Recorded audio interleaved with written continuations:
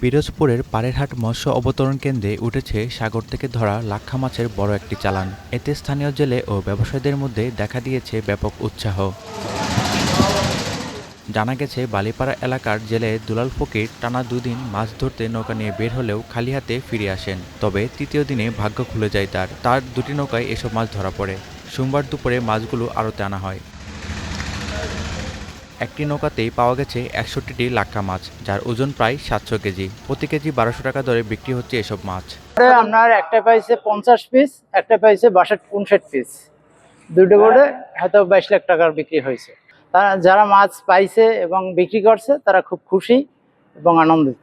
আজকে মাছ পাওয়া গেছে অনেক, প্রতিদিন এভাবে পাওয়া যায় না, মানে মাঝে মাঝে এভাবে ওঠে। এছাড়াও একই সঙ্গে আরও প্রায় ৩৩০০ কেজি মাছ আনা হয়েছে, যার দাম প্রতি কেজি ৬৫,০০০ থেকে ৯০,০০০ টাকার মধ্যে ওঠানামা করছে। ৫৫,০০০ টাকা মন, ৯০,০০০ টাকা মন, ৬৫,০০০ টাকা মন, ৩ গ্রেডে মাছ কেনা হয়েছে। তাতে ৭ থেকে ৮ লাখ টাকা নামবে আর কি। ৩৩০০ কেজি মাছ কেনা হয়েছে দুই আড়তদারের কাছ থেকে। একজনের হয়েছে ১৮০০ কেজি, একজনের হয়েছে ১৫০০ কেজি। তাতে ১০ মন ১১ মন করে হয় একটা বোর্ডে আর কি।